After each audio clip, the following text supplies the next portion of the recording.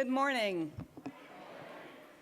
My name is Reverend Elizabeth Ide. My pronouns are she, her, and I am your acting associate minister for congregational care here at First Parish in Concord.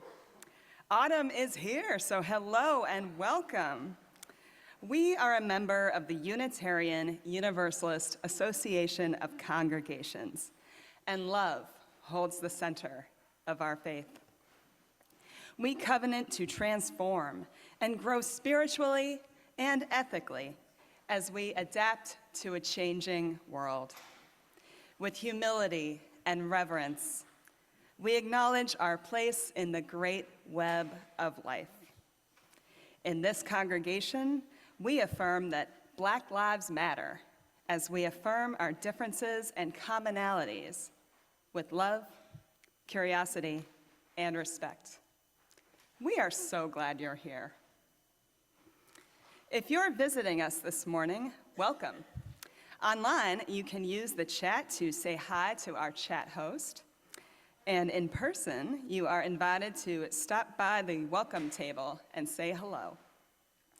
I do have a couple of brief announcements before we begin worship this morning.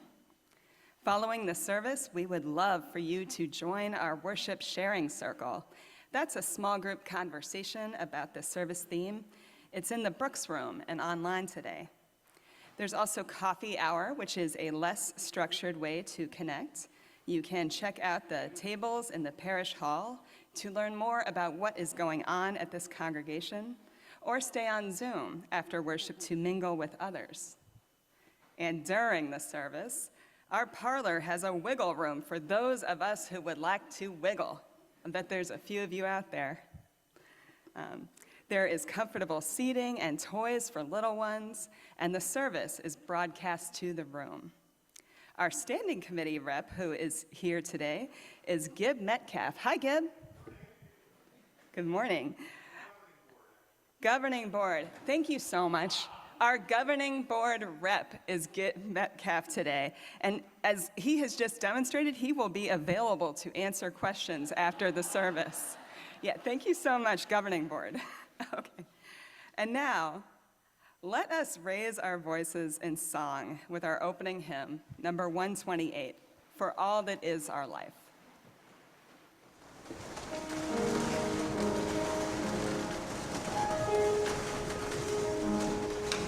Good.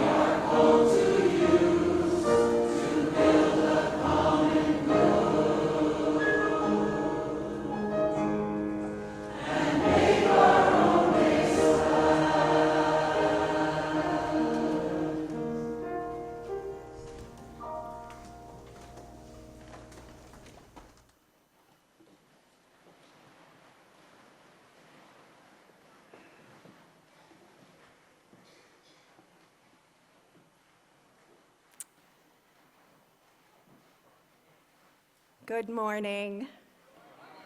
I am Jennifer Johnson, the lead minister here at First Parish in Concord, and I will be calling us into worship with words from the foreword of a poetry collection I love called How to Love the World. And the foreword is by the poet Ross Gay. He writes this: I've been spending a lot of time lately thinking about witness, about how witness itself is a kind of poetics or poesis, which means making. By which I mean, I have been wondering about how we make the world in our witnessing of it, how we make the world in our witnessing of it. That is why attending to what we love, what we are astonished by, what flummoxes us with beauty, is such crucial work. It makes the world. I agree with Ross Gay. We make the world by our witness of it. Witness is a kind of poetics, a kind of making, a making of the world. I am not a poet, but a preacher, so I want to say also that witness is a kind of worship, and worship means to give worth. How we witness the world is how we give it worth. So come, let us witness. Come, let us worship. Come, let us give this world its worth with our reverent attention.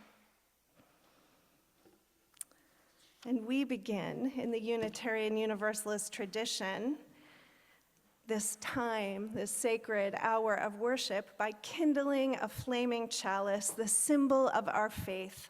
The light of the chalice calls us to be beacons of love, compassion, and hope in a beautiful and broken world. Please join in reciting the unison chalice lighting words. They will appear on your screen. O flame of our faith, open our hearts and fill our bodies and souls with persistent strength. Enliven our spirits and engage us deeply in this life of ours, this sacred, essential moment now.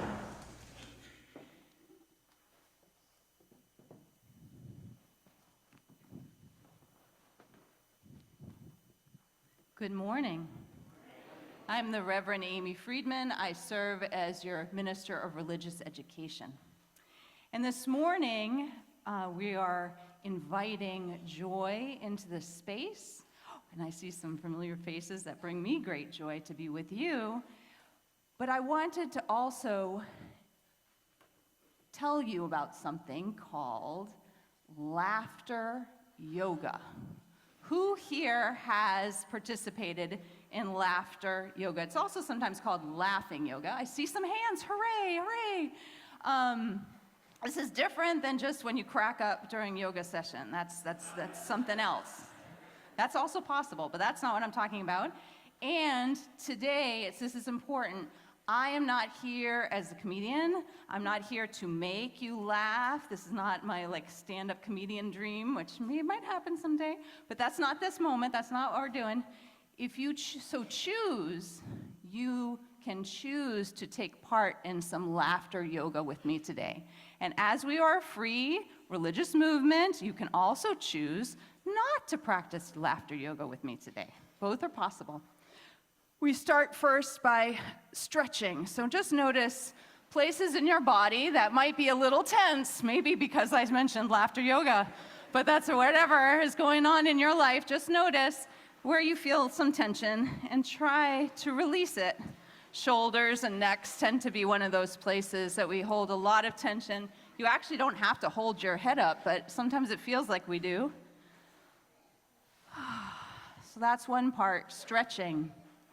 The next part is breathing. And of course, we are all breathing because we're alive, but there's a quality of breathing that happens in yoga, a deeper breathing that helps to bring oxygen to our brain and helps us to feel more energized and more alive.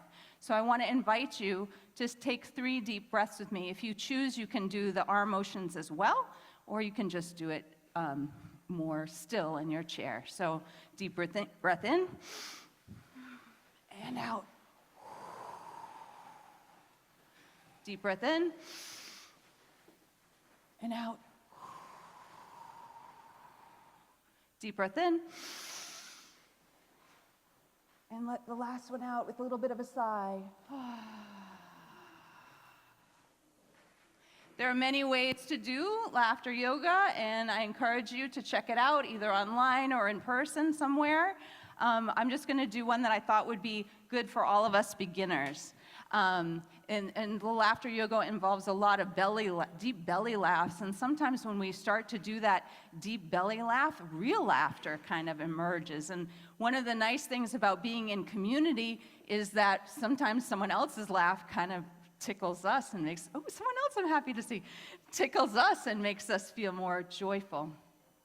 This one is very easy. It's called puppet yoga. So I want you to imagine that your hand is a puppet, if you so choose, and this puppet is going to laugh.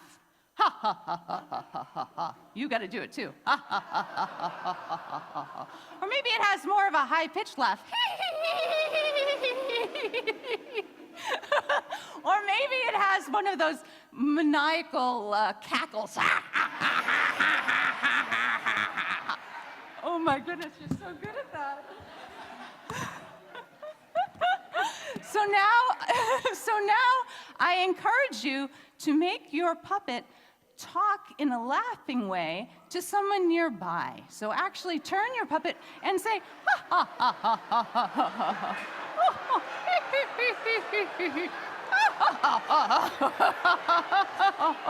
ha. And quiet. And quiet your puppet.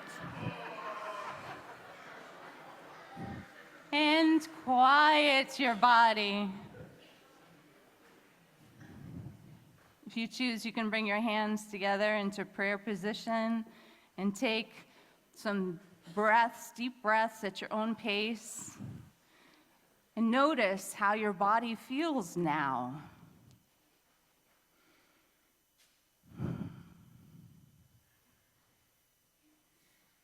Does it feel differently than when you entered?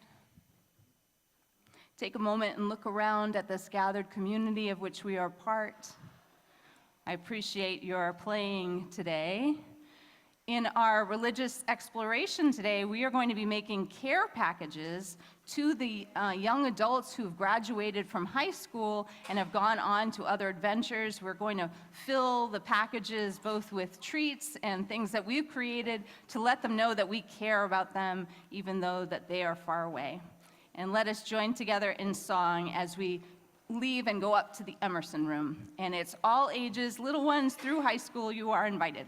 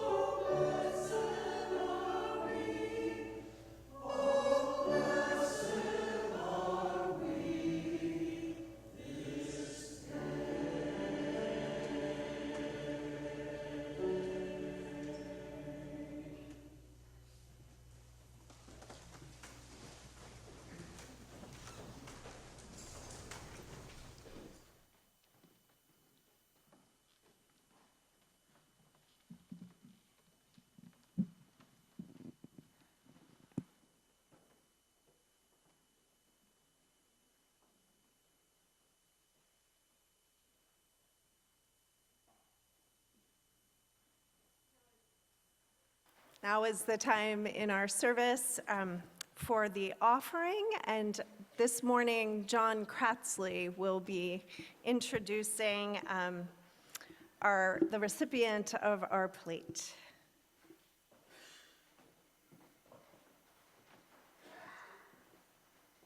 Well, good morning.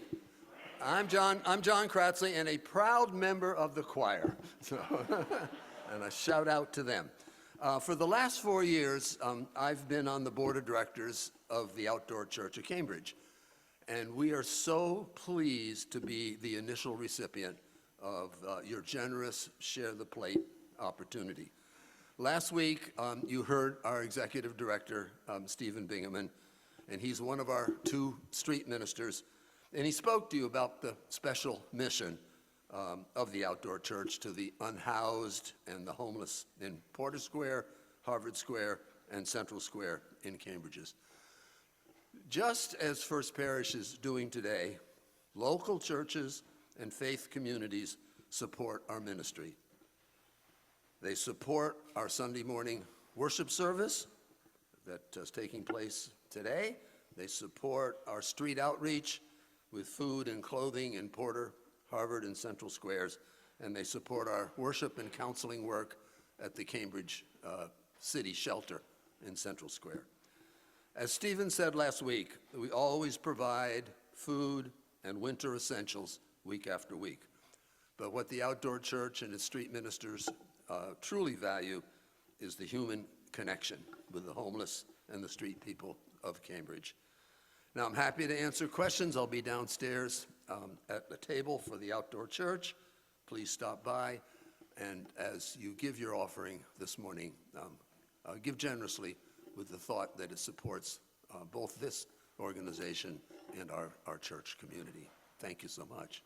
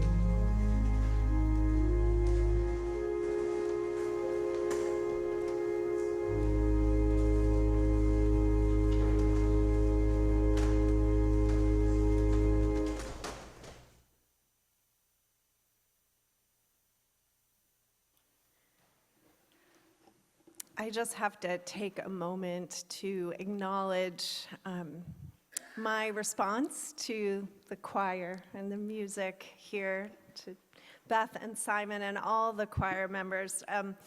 You know, to lead worship is interesting. I'm at church and I'm doing it, and so the relationship to receiving ministry is just different for the folks up here, but when I receive the music, it's such a ministry to me, and I know to the whole community, but I'm so grateful for that, and I want to acknowledge the powerful ministry of music in our worship here.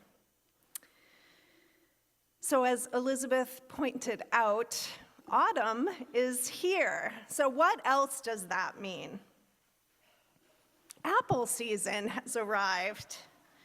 Like many New Englanders, one of my favorite pleasures of autumn is visiting our region's local apple orchards.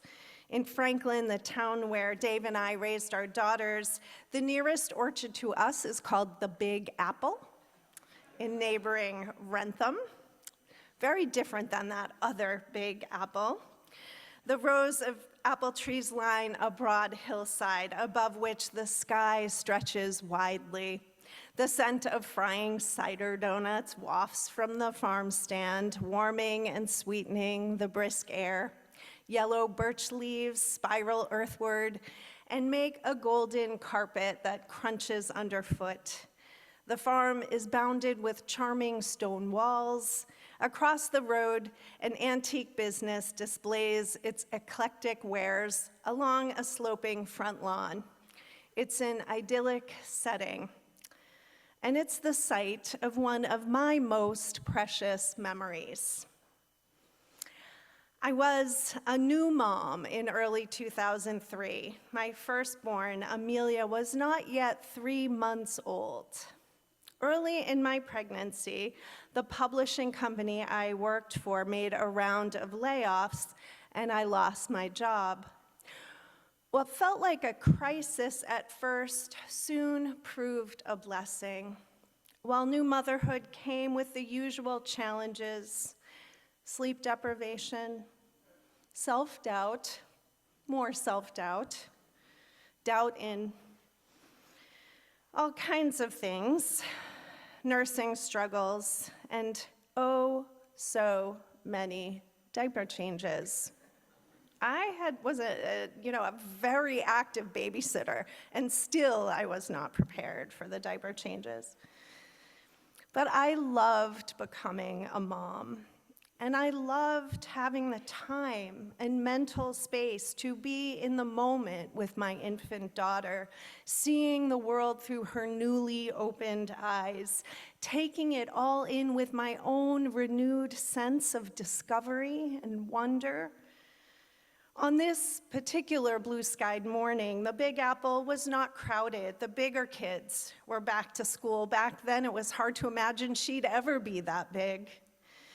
An aura of peacefulness pervaded the scene. I'd come to pick up a half peck of apples and just be in the beauty of the day with my beautiful baby.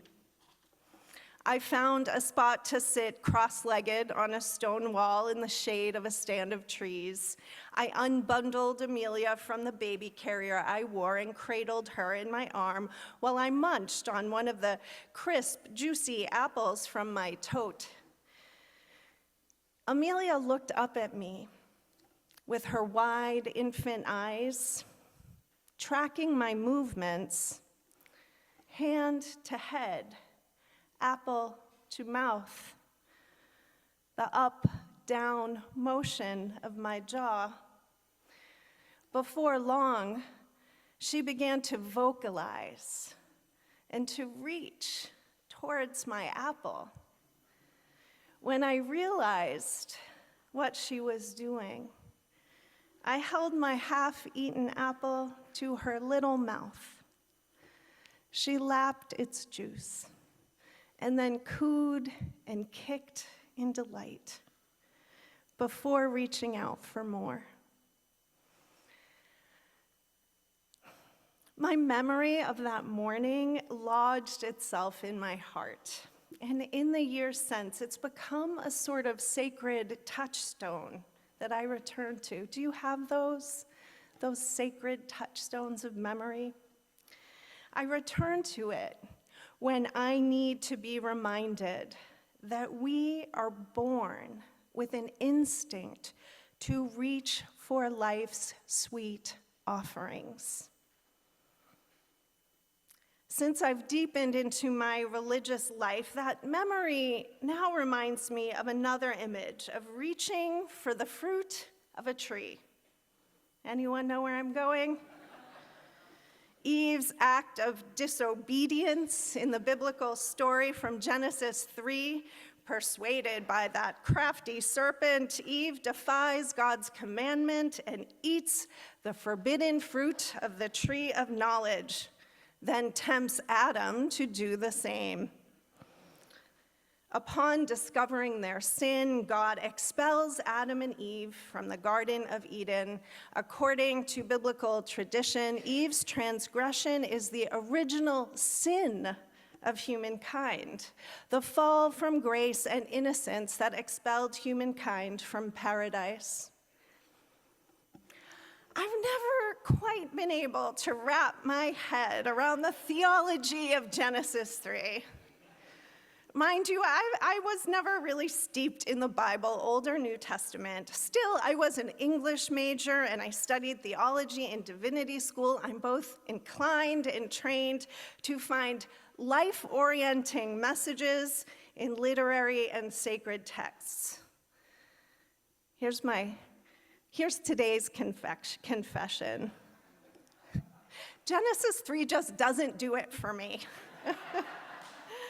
On the other hand, I do find life-giving meaning in my memory of Amelia reaching for the sweetness of my apple on that morning at the Big Apple, when I'd set aside my worries over career and livelihood for at least a while. That day at the apple orchard was for me a return to paradise, a reminder of the grace of simply being alive and of the good blessings bestowed on us when we take notice of them, when we witness them, when we give them worth.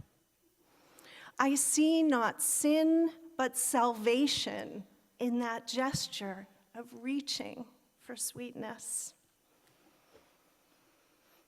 Sometimes I need that reminder, because sometimes I forget to take notice.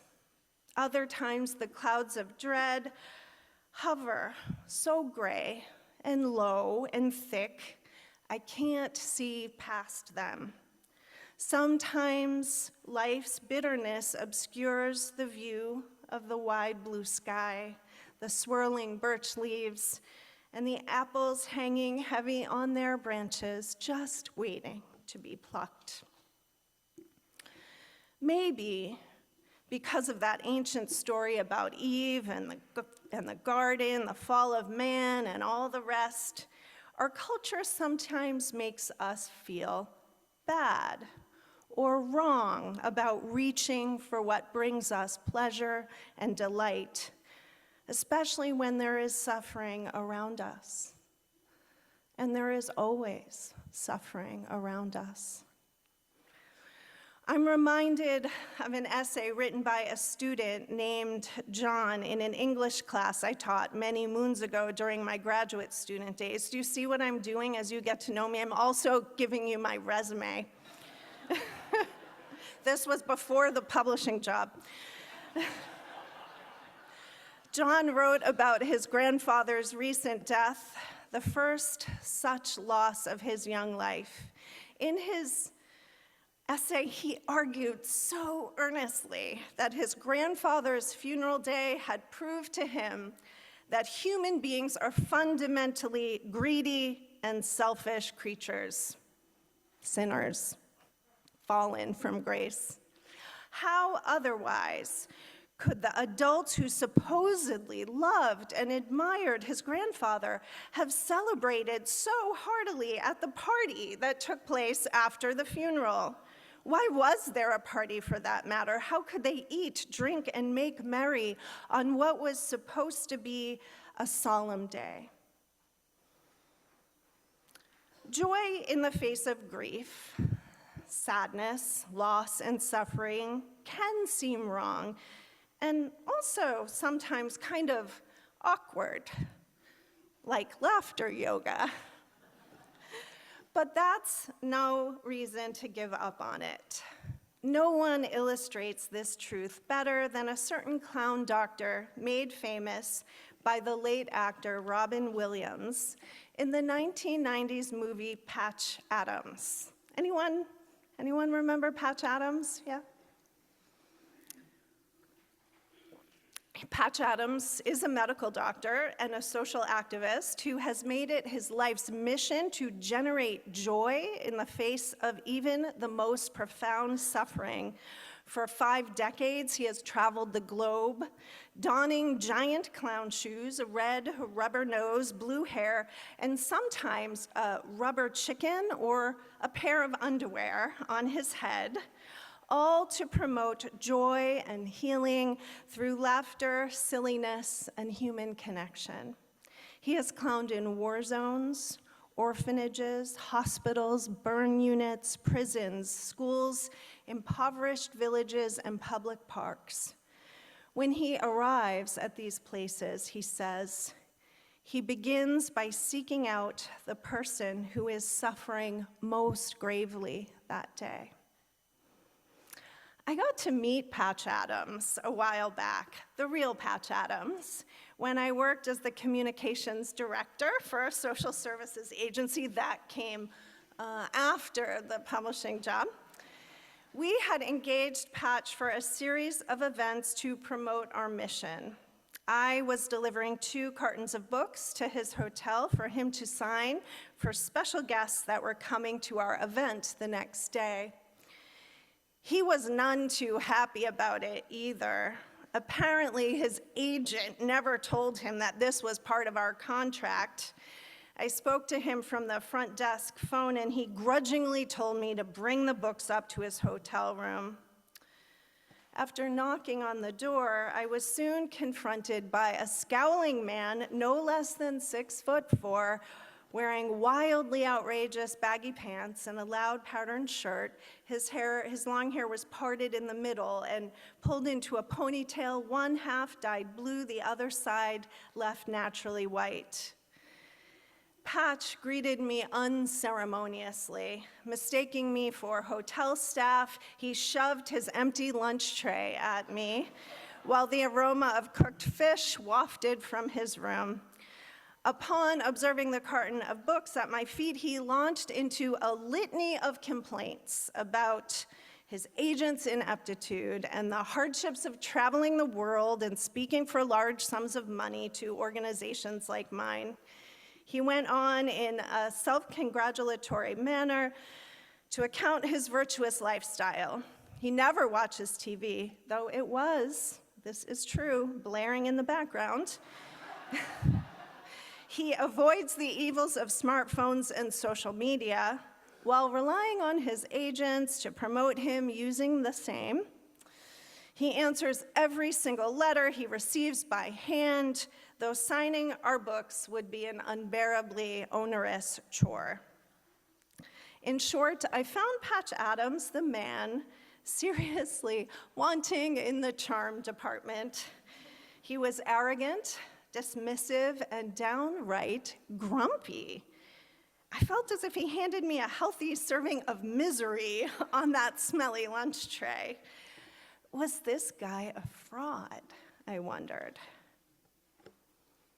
Until I saw him in full clown mode at the next day's event, where Patch clowned for staff and members of our day habilitation center. It was truly magical to watch Patch in action.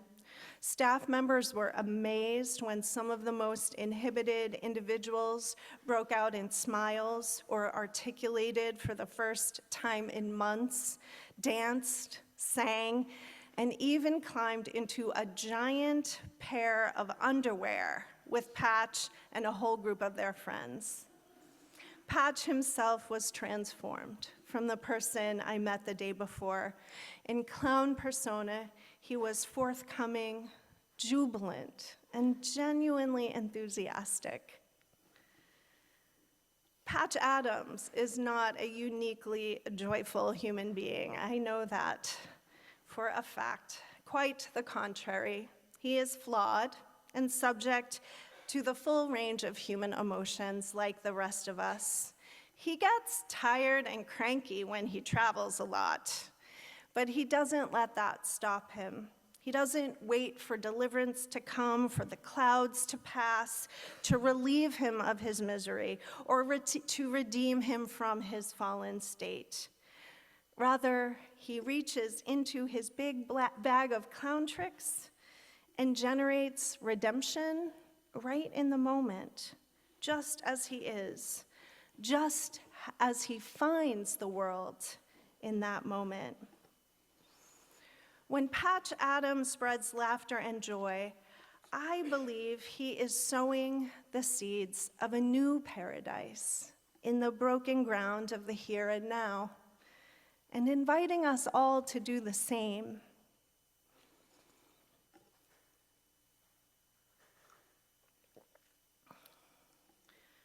I can't think of Patch Adams without also thinking of another movie, my favorite of all time.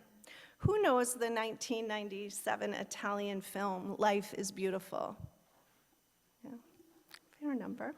It won a handful of Academy Awards. It's about an Italian Jewish family imprisoned in a concentration camp during World War II. Guido and his very young son, Josue, are separated from their wife and mother, Dora, to protect his son and preserve for him a joyful experience of childhood. Guido pretends that the camp is a big game, and you earn points by following the rules. I remember I balked at the concept of the movie when it first came out. My reaction was akin to John's disdain, my student, for that post-funeral celebration, to turn the real-life hell and torture of a concentration camp into a fictional comedic romp felt just wrong. It took a few years, but at the encouragement, knowing it was loved by my beloved aunt, who was herself a filmmaker, I eventually watched it. And it taught me the same lesson that I learned from my sweet memory of Amelia. Our capacity to make and take and give joy, love, laughter, delight, that is our salvation, even in the worst of times and places, especially then. In my favorite scene, Guido catches sight of the camp's intercom system and has an idea. He knows that Dora is in the same camp, but segregated with the other women. He and Josue sneak into the intercom office and briefly hijack the machine. Across the camp, Dora is at work, enduring the brutalities of her imprisonment, starvation, forced labor, fear of violent death, separation from her husband and child, not knowing if they are alive or dead. But on that day, in that moment, a beloved, exuberant voice interrupts and mingles with her misery.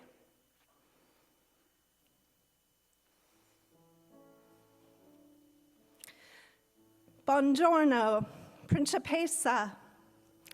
Last night, I dreamt about you all night. We were going to the movies. You were wearing that pink suit that I really like. You're all I think about, Principessa. I always think about you. And then the voice of young Josue interrupts. Mama.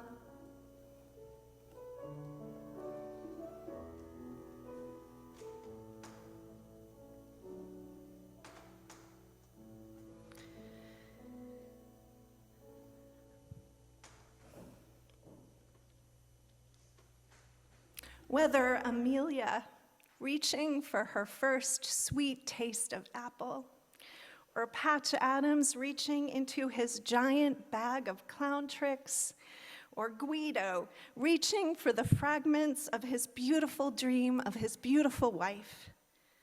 Let's take a lesson from them all. Life is beautiful. Life is delightful. Life is sweet. But only when we reach out and take hold of its blessings.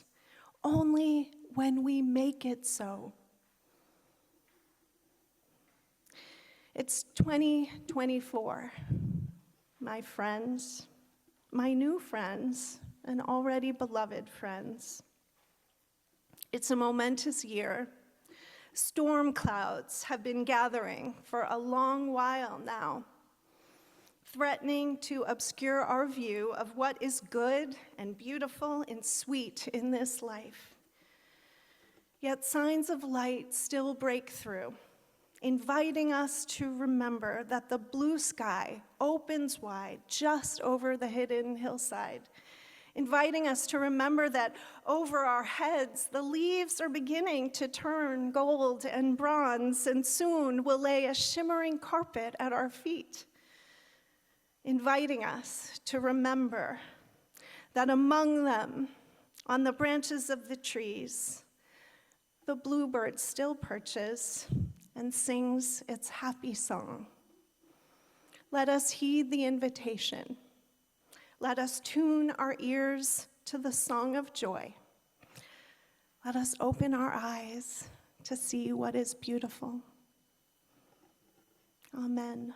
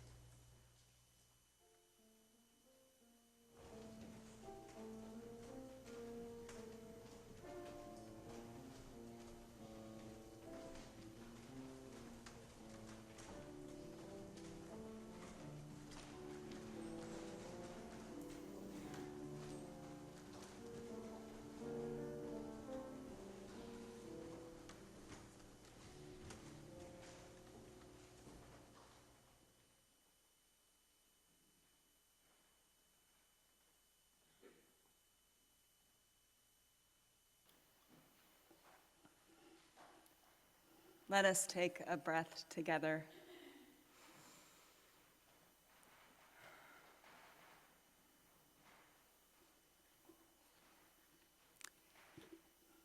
Every week, we gather to share and learn together, to experience something greater than ourselves and beyond our own understanding. We repeat this practice. We continually reach out, witnessing one another's truth, because we understand that some experiences need to be shared. We cultivate equanimity and acceptance. We help one another to balance all that is true when we share in one another's joys, sorrows, and sacred milestones that brought us to this time and this place where we are together with open minds and loving hearts. Today, we hold in our thoughts Lori and Eric Van Loon, who are joyful with the marriage of their son, Robin, to Elizabeth Lagneau of Brussels. The Peru jungle wedding with guests from 3 continents was celebrated at the site of Robin's Camino Verde nonprofit, where the couple lives. The small civil ceremony a couple of weeks ago in Maine was officiated by Robin's internet-ordained father. We share in their joy. We bless all who are celebrating milestones. Today, we also hold in light and warmth Kimma Brainerd, who is mourning the loss of her mother and gathering with loved ones to honor her memory this week. We also pray for Ellen Crompton, who is having surgery next week for a lesion in her throat. She would appreciate prayers and good luck wishes. Kimma and Ellen, we are with you, and we care. May the loving energy to which we all contribute this day embrace all who are part of our gathering, joining us as visitors, sharing our space online, and the people who are warm in each of our hearts. Blessed be that which draws us together, allows us to hold one another in compassion.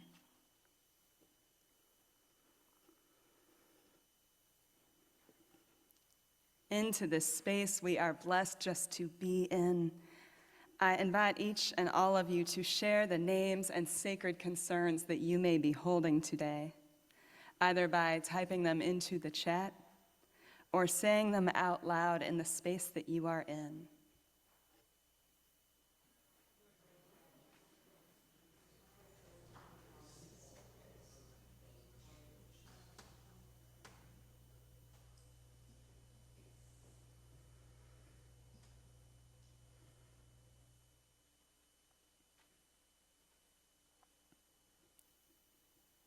We acknowledge and hold in our hearts all of the intentions and prayers, spoken and unspoken among us. We hold in our hearts all who have yet to find a place to call their spiritual home. May they find love, belonging, and peace. Our prayer continues with these words adapted from those of Carrie Mueller. Spirit of life, we are joined today with open hearts, willing to bring in all of the sweetness of this day. In a moment of gratitude for a crisp fall day, for the rain we need and the abundance we love, for ripe apples, for gold and crimson leaves, before we are mired in piles of slush, for the moment of peace and contemplation in which to appreciate the goodness that is all around us. This moment of sweetness sharpens our love for an imperfect world. We are reminded of the many people in the world who are burdened by hunger and pain, sorrow and anxiety, by violence and loss. We have paused this morning to share our concern for all who are struggling to find homes, to find friends, to be seen, and find a place to belong. May they find comfort and peace, and may their burdens someday be lifted. Closer to home, we gather in with those in our lives who also need comfort and peace. May their burdens be lightened. May we find it in ourselves today to work toward a better world. We are energized by the beauty of the day. May we make use of that energy to take part in the bearing of burdens. May our gratitude find expression in the care for others both near and far. May we find ways to bless the world. Amen.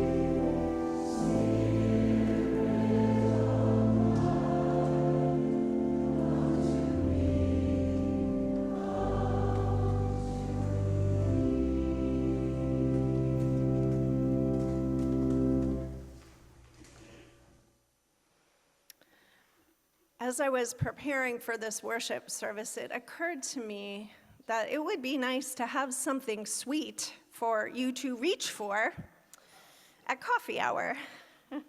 So I want to invite you to enjoy some special refreshment at coffee hour immediately after the service. And I also want to acknowledge our amazing, dedicated, multi-talented and capable Director of Finance and Operations, Fifi Ball, because she arranged all of it and went to various local orchards. So there are all kinds of apples and local cider and sweet apple treats for you to enjoy. And Fifi took it all, did it all, and came in on her day off. So next time you see Fifi, please thank her abundantly.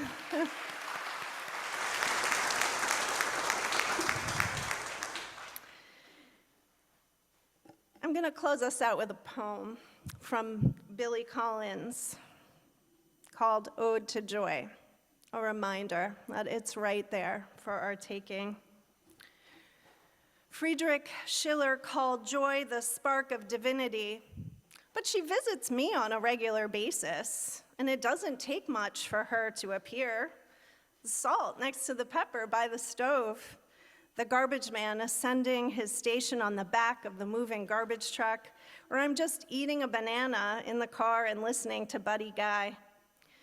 In other words, she, Joy, seems down to earth, like a girl getting off a bus with a suitcase and no one's there to meet her. It's a little after 4 in the afternoon, one of the first warm days of spring. She sits on her suitcase to wait, slides on her sunglasses. How do I know she's listening to the birds?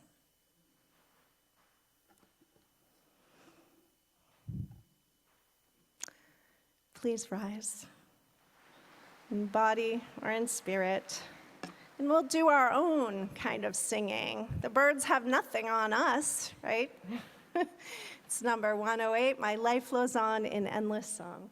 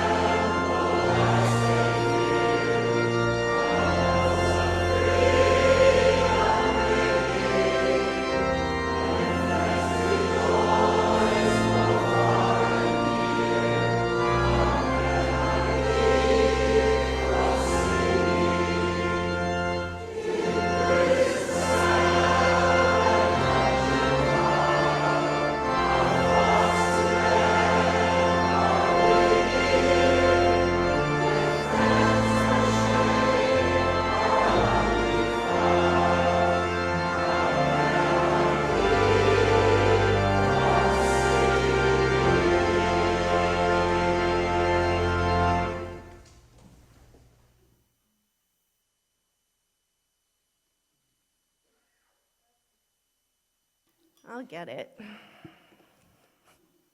Let us extinguish our chalice in the tradition of this beloved congregation by giving and receiving the traditional benediction. Go out into the world in peace, have courage, hold on to what is good, return to no person evil for evil, strengthen the faint-hearted, support the weak,